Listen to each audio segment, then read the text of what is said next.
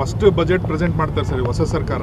ಕರ್ನಾಟಕಕ್ಕೆ ಏನು ಬೇಕು ಅಂತ ಏನೋ ಆದ್ಯತೆ ಎಲ್ಲ ಕೊಟ್ಟಿದ್ದೀವಿ. ಈಗಾಗಲೇ ನಾನು ಕೃಷ್ಣ ಬೈರೇಗೌಡರು ಅದಕ್ಕೆ ಅಟೆಂಡ್ ಮಾಡಿದ್ರು, ನಾನು ಹೋಗೋಕ್ಕಾಗಲಿಲ್ಲ.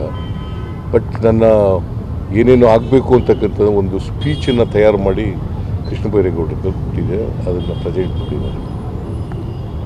Sir, Rahul Gandhi versus prime minister, ಈಗ leader of the house, opposition leader, first time ಇಬ್ಬರು ಜೊತೆಗೆ ಹೋಗಿ ಸ್ಪೀಕರ್ನ ಭೇಟಿ ಮಾಡಿ. ಅದು ಸಂಪ್ರದಾಯ ಮೊದಲಿನಿಂದ ಕೂಡ.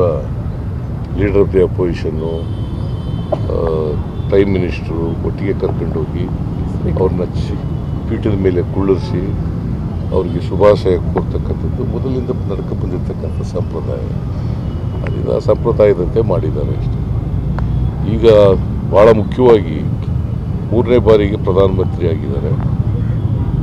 ಸೊ ರಾಹುಲ್ ಗಾಂಧಿಯವರು ಈ ಸಂದರ್ಭದಲ್ಲಿ, ಬಿಕಾಸ್ ಇಡೀ ದೇಶನೆಲ್ಲ ಸುತ್ತಿದ್ರು ರಾಹುಲ್ ಗಾಂಧಿ, ಜೊತೆಗೆ ಪಾದಯಾತ್ರೆ ಮಾಡಿದ್ರು, 2 ಬಾರಿ ಪಾದಯಾತ್ರೆ ಮಾಡಿದ್ರು.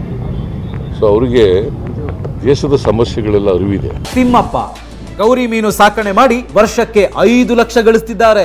ನೀವು ಕೂಡ ಅವರಿಂದ ಕಲಿಬೇಕಾ? ಅವ್ರ ಜೊತೆ ವಿಡಿಯೋ ಕಾಲ್ನಲ್ಲಿ ಮಾತಾಡಬೇಕಾ? ಈಗಲೇ ಫ್ರೀಡಮ್ ಆ್ಯಪ್ ಡೌನ್ಲೋಡ್ ಮಾಡಿ.